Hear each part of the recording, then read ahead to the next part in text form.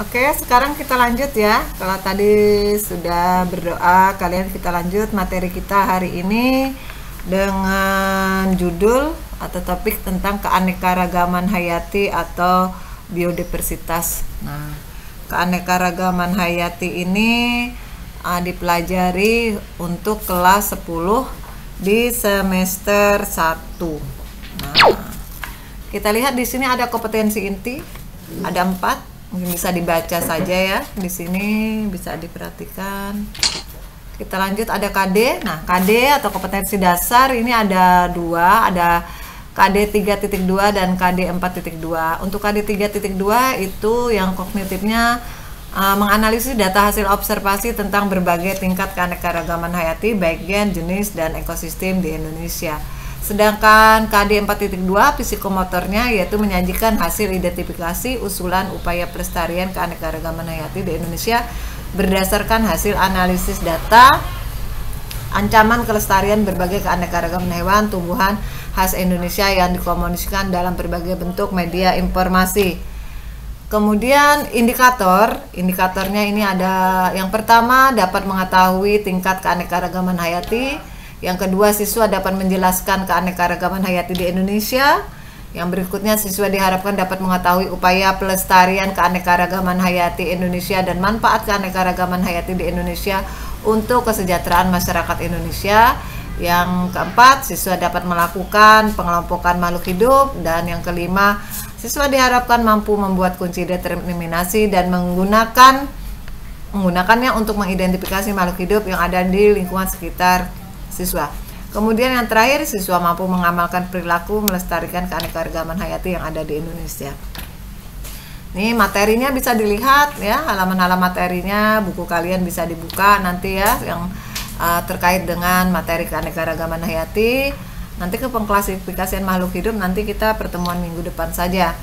Selanjutnya ini ada uraian materi ya. Kita ketahui bersama bahwa keanekaragaman hayati atau biodiversitas itu adalah merupakan keanekaragaman organisme yang menunjukkan keseluruhan atau totalitas variasi baik gen, jenis, dan ekosistem pada suatu daerah. Nah, keseluruhan gen, jenis, dan ekosistem itu merupakan dasar kehidupan di bumi. Kemudian keanekaragaman hayati itu tersebar di permukaan, mewarnai keberagaman makhluk hidup. Kemudian tingkat keanekaragaman hayati itu dikelompokkan menjadi 3 ya. Nah, coba perhatikan sahabat rumah belajar atau para siswa yang berada di rumah atau yang melihat materi ini. Ini ada gambar mawar merah dan gambar mawar putih. Nah, kira-kira kenapa ya kok jadi ada perbedaan warna seperti itu? Nah, nanti kita bisa lihat apa yang menyebabkannya. Nah, kemudian di sini kita bahas yang pertama tentang keanekaragaman gen. Nah, tahu gen itu apa? Nah, gen itu adalah substansi kimia sebagai faktor penentu sifat keturunan. Nah, ini contohnya seperti bunga mawar merah, bunga mawar putih, dan bunga mawar ungu. Itu adalah contoh daripada keanekaragaman tingkat gen.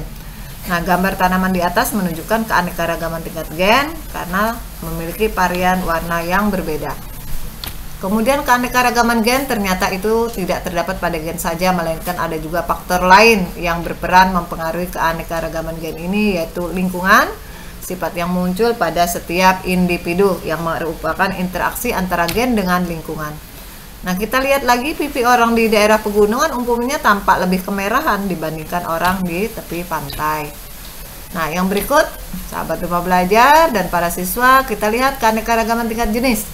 Nah, itu contohnya adalah bisa kita lihat pada keluarga kacang-kacangan, ada kacang kapri, ada kacang kedelai, ada kacang tanah, dan sebagainya. Nah, ini dia memiliki ada perbedaan dan juga ada persamaannya.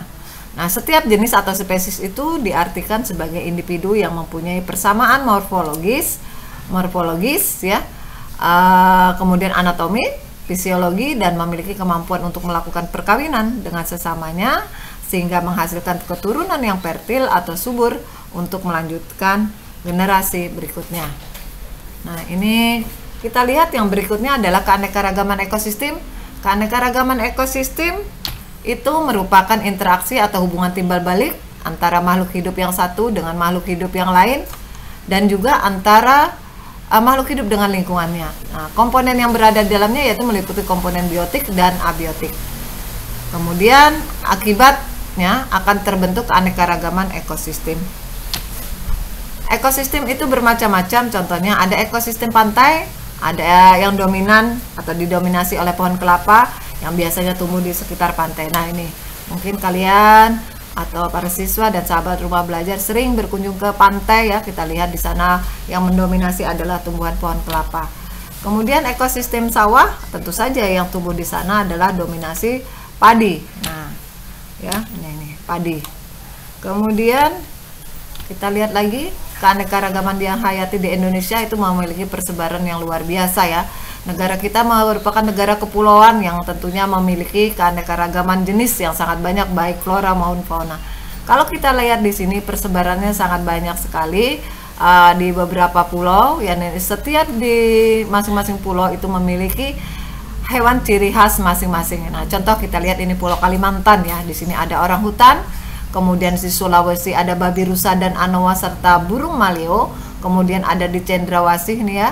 Ada kakak tua, ada kuskus, kemudian ini ada harimau Sumatera ya.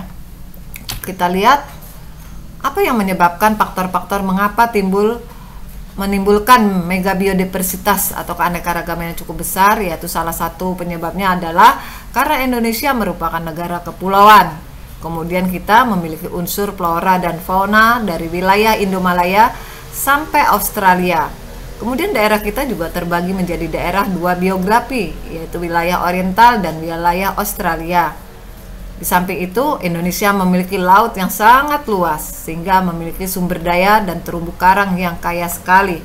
Kemudian memiliki pantai yang luas dan hutan bakau yang luas, sehingga memiliki flora dan faunanya yang juga sangat banyak. Berikutnya, kita lihat bagaimana persebaran flora dan fauna di Indonesia. Nah, bisa diperhatikan. Ini ada berbagai macam jenis hewan fauna. Nah, yang tersebar di sebelah garis wales yang meliputi Sumatera, Jawa, dan Kalimantan. Kemudian kita lihat ini burung-burungnya, hewannya ini lebih cenderung besar ya. Hewan yang ada di sini berukuran besar seperti kera, dan ada juga ikan air tawar. Daerah peralihan antara daerah dua garis Wallace dan Weber, ada juga yang disebut dengan daerah Walesia. Nah, kemudian ini daerah sebelah timur garis Wallace memiliki jenis fauna Australia. Nah, para siswa dan sahabat rumah belajar, ini persebaran tumbuhan atau flora di Indonesia. Nah, ini kita lihat ada bermacam-macam bunga. Ada bunga anggrek, tumbuhan, ada kantong semar, ada Rafflesia arnoldi. Nah, di mana Indonesia termasuk ke dalam wilayah tropika dengan kondisi tanah yang baik, basah, dan hampir tidak ada musim kering. Nah, kemudian kelompok tumbuhan ini dibagi menjadi tiga, yaitu keanekaragaman tumbuhan hutan tropis basah, keanekaragaman tumbuhan di hutan musim, dan keanekaragaman tumbuhan di hutan sabana atau padang rumput. Nah, ini ciri hutan tropis basah, ditemukan liana, sedangkan hutan musim itu berbeda dengan hutan tropis basah. Di dalamnya ada keragaman jenis tumbuhan yang sangat banyak juga. Beberapa palem terdapat di dalam hutan ini. Kemudian kita lihat lagi bagaimana kepunahan flora dan fauna di Indonesia itu. Nah, ini bisa para siswa melihat ya jenis hewan yang dalam keadaan langka, rentan, dan gawat. Ini bisa dilihat dari tabel itu, bisa dibaca. Kemudian juga hewan-hewan yang hampir punah, langka ya. Ini salah satu orang hutan, siamang, badak Jawa, Sumatera, tapir, harimau tutul ya. Itu hampir punah ya, itu di daerah Jawa. Kalau di daerah Kalimantan, orang hutan juga sekarang sudah mulai langka. Banyak yang langka, beruang madu juga. Kita lihat apa sih yang menyebabkan terjadinya penurunan keanekaragaman hayati. Nah, itu ada beberapa faktor yang menyebabkannya. Salah satunya, sahabat rumah belajar, itu adalah perusakan dan pemusnahan habitat tempat tinggal daripada hewan itu sendiri. Kemudian masuknya jenis hewan dan tumbuhan baru pada suatu habitat tanpa ada penelitian dan pengembangan yang seksama. Kemudian penggunaan jenis tumbuhan dan hewan pada suatu habitat yang secara berlebihan. kemudian terjadinya perubahan iklim secara global, kemudian ada juga perkembangan industri pertanian dan industri perhutanan, dan juga adanya penambangan logam dan pemanfaatan biota laut yang secara berlebihan. Nah, bagaimana upaya pelestarian keanekaragaman hayati? Upaya pelestariannya yaitu melalui dua cara, dengan cara pelestarian in situ dan ex situ. Apa itu in situ? Nah, ini bisa dilihat artinya pelestarian yang dilakukan di tempat hidup habitat aslinya, contoh taman nasional. Kalau ex situ, pelestarian yang melestarikan hewan atau tumbuhan dengan cara dikeluarkan daripada habitat aslinya dan dipelihara di tempat yang lain, seperti contohnya kebun koleksi, plasma nutpah, dan kebun raya atau kebun binatang. Nah, dan manfaat keanekaragaman hayati, tentu para siswa sudah mengetahui ya, bahwa kita tidak bisa terlepas namanya dengan makhluk hidup yang lain, tumbuhan ataupun hewan. Nah, manfaat daripada tumbuhan dan hewan bagi manusia itu bisa sebagai sumber sandang, pangan, sebagai sumber bangunan dan alat rumah tangga, sumber pendapatan, sumber plasma nutpah, keilmuan sebagai obat-obatan, keindahan dan kecantikan. Nah, banyak sekali bukan manfaat daripada keanekaragaman hayati itu. Nah, kita lihat ini ada beberapa gambar yang bisa dilihat. Selanjutnya klasifikasi makhluk hidup ya akan kita pelajari nanti pertemuan minggu depan. Ini kita lompat saja ya, kita langsung ke latihan soal ya. Nah, untuk mengukur sejauh mana kalian sudah memahami atau sahabat rumah belajar memahami materi yang sudah disampaikan dalam kesempatan ini. Nah, nanti sahabat rumah belajar dan siswa bisa mencoba latihan ini, kemudian bisa diketahui nanti berapa skornya. Nah, kita lihat sebentar ya. Nah, ini ada kuis. Nah, kuis yang bisa dikerjakan. Nah, ini tinggal klik saja, klik 2 kali di sini ya. Kemudian nanti akan tampil beberapa soal yang sehubungan dengan materi yang Ibu sampaikan tadi. Nah, ini. Nah, di sini caranya nanti begini. Ini ada soal, misalnya dalam suatu keluarga wajah dan kulit manusia bervariasi, maka variasi adalah bisa dipilih dengan cara menceklis atau mengklik salah satu bagian jawaban seperti ini. Kemudian selanjutnya next soal berikutnya kita jawab lagi, misalnya sampai ada 10 soal. Nanti sampai terakhir ada skor. Ini kasih contoh aja ya.